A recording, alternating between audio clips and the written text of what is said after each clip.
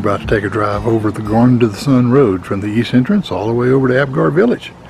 So come along with us, we'll show you some views along the way. Going to the Sun Road is Glacier National Park's highway to the sky. It has magnificent scenery along the way. Let's look at one of the many waterfalls you see. The road took nearly 20 years to complete, and this is an example of one of the many 1,000-foot drop-offs that you see along the way. The views are filled with rivers, streams, beautiful mountains. We pulled over at the Lunch Creek pull-off to take a look, and this bighorn sheep came out.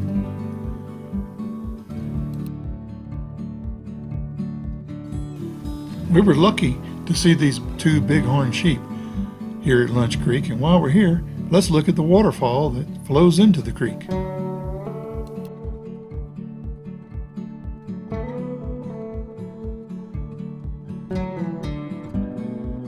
Going to the Sun Road is crafted over steep and unforgiving terrain. Some thought the road was impossible, but today it spans over 50 miles from West Glacier all the way to St. Mary, taking travelers through the heart of Glacier National Park.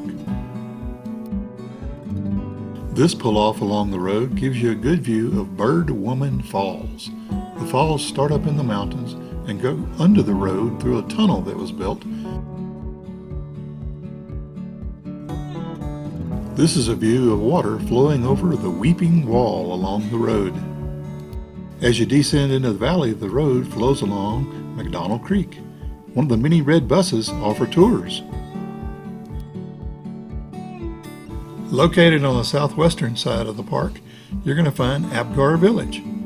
Apgar Village is located a couple of miles just inside the West Glacier entrance. And there you're going to find a visitor center, a general store, restaurant, nature center, a putt-putt golf, and we ate at Eddie's restaurant. Very good food while we were there.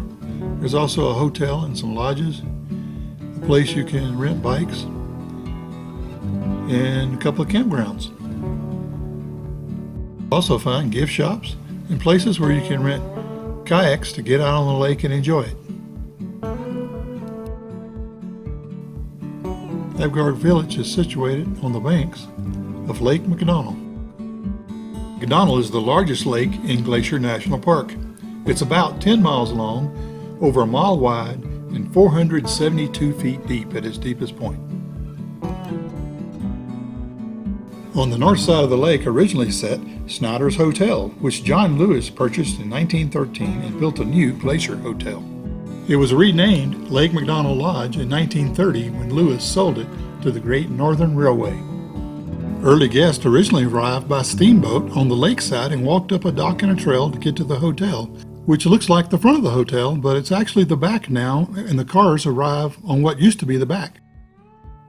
McDonald Falls is located just up the Going to the Sun Road from Lake McDonald.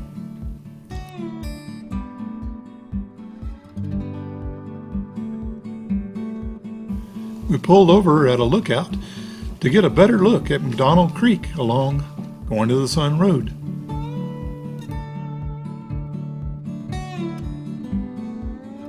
Our next stop is a short walk from the pull-off. It's called the Red Rocks Overview.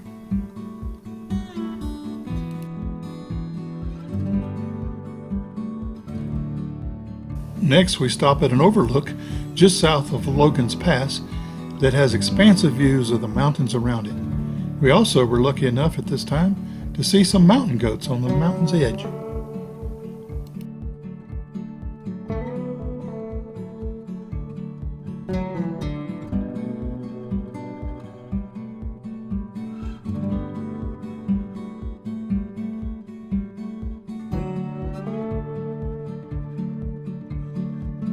Logan's Pass Visitor Center is located in the Continental Divide at 6,646 foot elevation.